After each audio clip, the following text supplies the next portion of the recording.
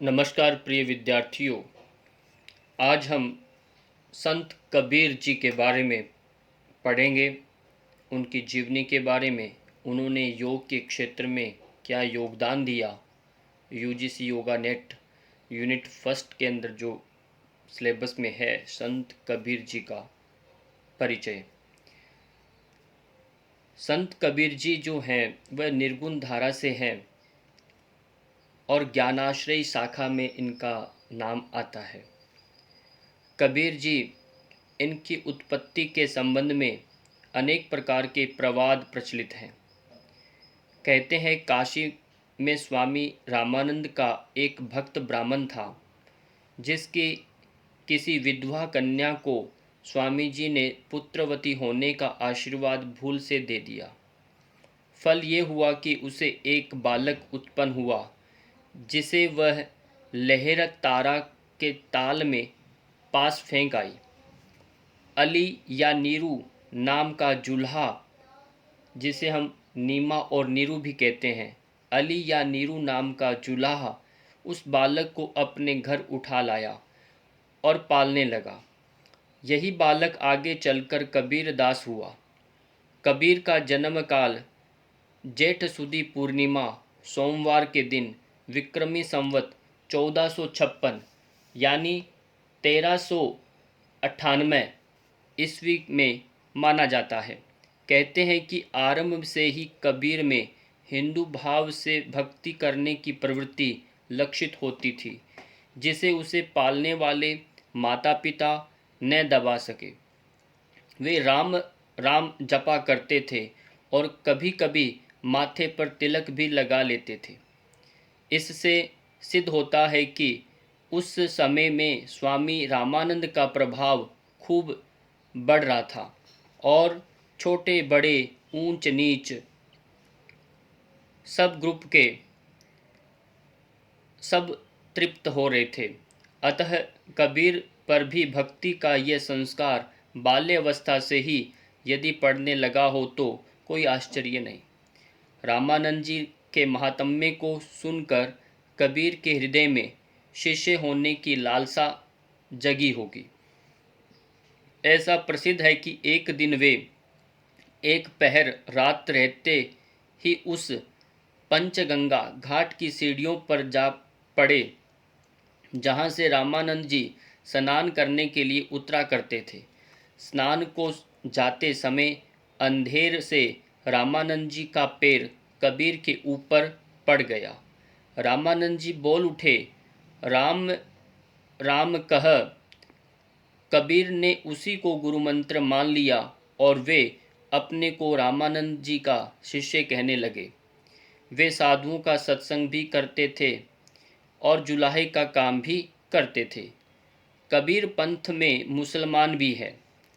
उनका कहना है कि कबीर ने प्रसिद्ध सूफी मुसलमान फ़कीर शेख तकी से दीक्षा ली थी।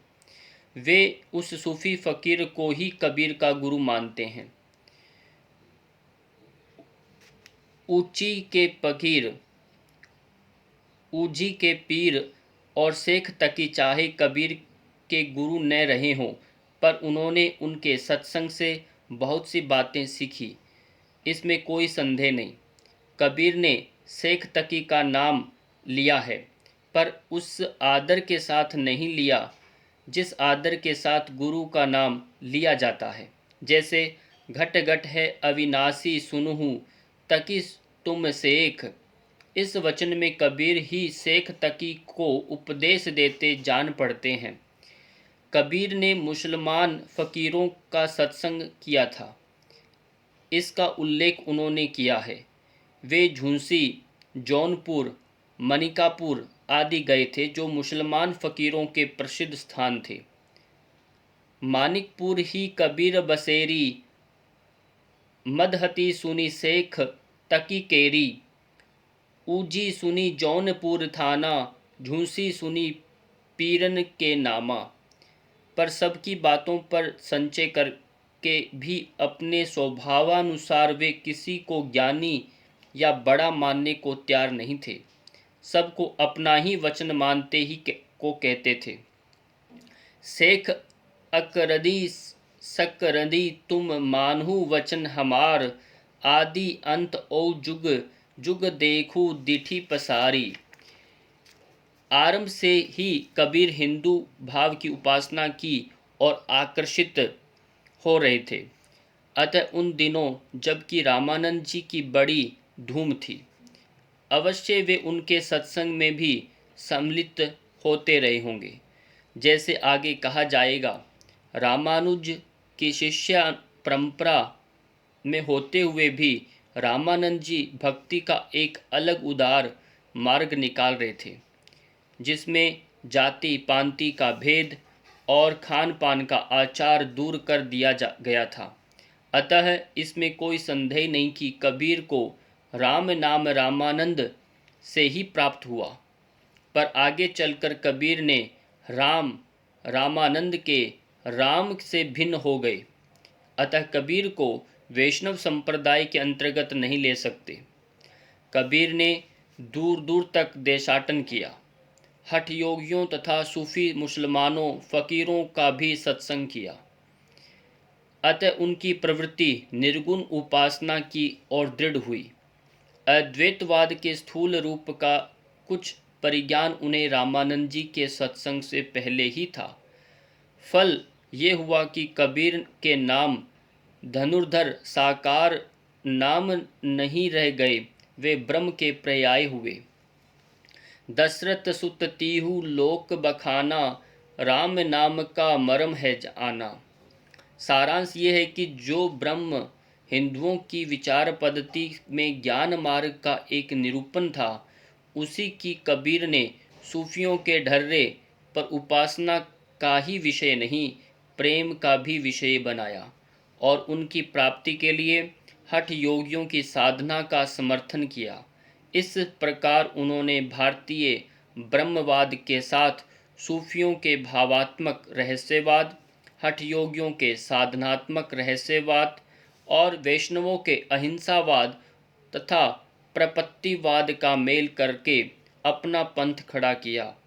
उनकी वाणी में ये सब अवयव स्पष्ट लक्षित होते हैं। यद्यपि कबीर की वाणी निर्गुण वाणी कहलाती है, पर उपासना क्षेत्र में ब्रह्म निर्गुण नहीं बना रह सकता।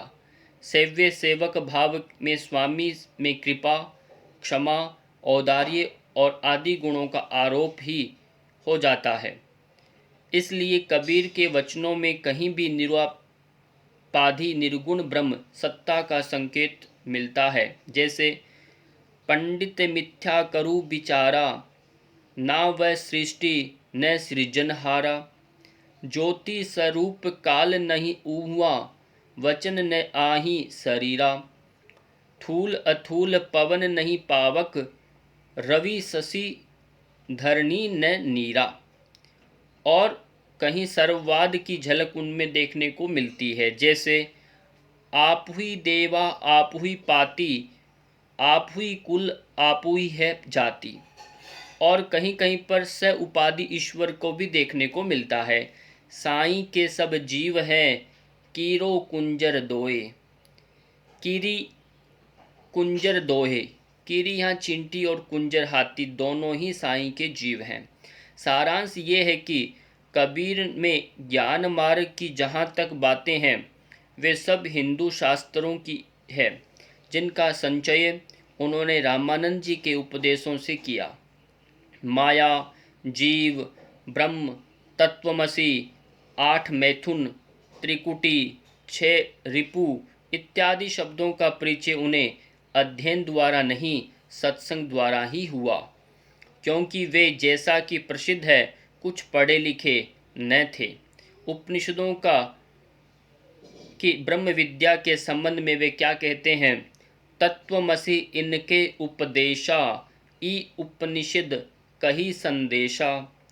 जागबलिक औ जनक संवादा, दत्तात्रेय वही रस संवादा। यही तक नहीं, वेदांतियों के कनक कुंडल न्याय आदि का व्यवहार भी इनके वचनों में मिलता है। गहना एक कनक तय गहना, इन मह भाव न दूजा। कहन सुनन को दू करी थापिन, एक निमाज एक पूजा। इसी प्रकार उन्होंने हठ योगियों के साधनात्मक रहस्यवाद के कुछ सांकेतिक शब्द जैसे चंद, सूर, नाद, बिंदु, अमृत, अंधा कुआं को लेकर अद्भुत रूपक बांधे हैं, जो सामान्य जनता की बुद्धि पर पूरा आतंक जमाते हैं। जैसे सूर समाना चंद में दहूं, किया घर एक, मन का चिंता तब भया, कछुपुर भिला लेख। आकाशे मुखी औंधा कुआं, पाताले पनिहारी, ताका पानी को हंसा, पीवै बिरला आदि विचारी। वैष्णव संप्रदाय से उन्होंने अहिंसा का तत्व ग्रहण किया, जो कि पीछे होने वाले सूफी फकीरों को भी मान्य हुआ। हिंसा के लिए वे मुसलमानों को बराबर फटकारते रहे। दिन भर रोजा रहत है, राती हनत है गायें, ये तो खून व बंदगी, कैसे खुशी खुदाए। अपनी देखी करत नहीं अहमक, कहत हमारे बड़न किया, उसका खून तुम्हारी गर्दन, जिन तुमको उपदेश दिया। बकरी पाती खाती है, ताको काढ़ी खाल, जो नर बकरी खात है, तिनका कौन हवाल। उपयुक्त विवेचन से स्पष्ट है कि ज्ञान मार्ग की बातें कबीर ने हिंदू साधु सन्यासियों से ग्रहण की, जिनमें सूफियों के सत्संग से उन्होंने प्रेम तत्व का मिश्रण किया और अपना एक अलग पंथ चलाया। उपासना के बाह्य स्वरूप पर आग्रहण करने वाले और कर्म कांड की प्रधानता देने वाले पंडितों और मुल्लों दोनों को उन्होंने खरी खरी सुनाई और राम रहीम की एकता समझकर हृदय को शुद्ध और प्रेम में करने का उपदेश भी दिया। देशाचार और उपासना विधि के कारण मनुष्य में जो भेदभाव उत्पन्न हो जाता है, उसे दूर करने का प्रयास उनकी वाणी बराबर करती रही। यद्यपि वे पढ़े लिखे न थे, पर उनकी प्रतिभा बड़ी प्रखर थी, जिससे उनके मुंह से बड़ी चुटीली और व्यंग्य चमत्कारपूर्ण बातें निकलती थी। इनकी उक्तियों में विरोध और असंभव का चमत्कार लोगों को बहुत आकर्षित करता था। जैसे है कोई गुरु ज्ञानी जगत में, उल्टी भेद बुझई, पानी में पावक भरई, अंधई आँखिन सूझई। गाय तो नहर को धरी खायो, हरिना खायो चीता। अथवा एक और उक्ति आती है उनकी, नैया बीच नदिया डूबती जाए। अनेक प्रकार के रूपकों और अन्योक्तियों द्वारा ही इन्होंने ज्ञान की बातें कहीं, जो नई न होने पर भी वाक वैचित्र्य के कारण अनपढ़ लोगों को चकित किया करती थी। अनूठी अन्योक्तियों द्वारा ईश्वर प्रेम की व्यंजना सूफियों में बहुत प्रचलित थी। जिस प्रकार कुछ वैष्णवों में माधुर्य भाव से उपासना प्रचलित हुई थी, उसी प्रकार सूफियों में भी ब्रह्म को सर्वव्यापी, प्रियतम या माशुक मानकर हृदय से उद्गार प्रदर्शित करने की प्रथा थी। इसको कबीर दास ने ग्रहण किया। कबीर की वाणी में स्थान स्थान पर भावात्मक रहस्यवाद की जो झलक मिलती है, वह सूफियों के सत्संग का प्रसाद है। कबीर कहीं उन्होंने ब्रह्म को खसम या पति मानकर अन्योक्ति बांधी है और कहीं स्वामी या मालिक जैसे, मुझको तू क्या ढूंढे बंदे, मैं तो तेरे पास में, ऐसा कहा। अथवा साईं के संग ससुर आई, साईं के संग सासुर आई, संग न सूती स्वाद न जाना, गा जीवन सपने की नाई। जनाचारी मिली लगन सुधार्यो, जना पांच मिली माड़ो छायो। भयो विवाह चली बिनु, दुल्ह बाट जात समधि समझाई। कबीर अपने श्रोताओं पर ये अच्छी तरह भाषित करना चाहते थे कि हमने ब्रह्म का साक्षात कर लिया है। इसी से वे प्रभाव डालने के लिए बड़ी लंबी चौड़ी गर्भोक्तियों भी कभी कभी कहते थे। कबीर ने मगहर में जाकर, मगहर एक स्थान है, मगहर में जाकर शरीर त्याग किया, जहाँ उनकी समाधि आज तक बनी हुई है। इनका मृत्युकाल संवत 1575 यानी 1518 ईस्वी माना जाता है, जिनके अनुसार इनकी आयु 120 वर्ष की होती है।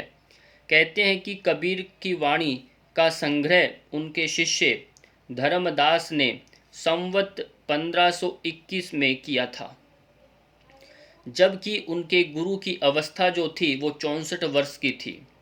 कबीर की वचनावली की सबसे प्राचीन प्रति, जिसका अब पता लगा है, संवत 1561 ईस्वी को लिखी गई थी। कबीर की वाणी का संग्रह बीजक के नाम से प्रसिद्ध है, जिनके 3 भाग किए गए हैं, रमैनी, शबद और साखी।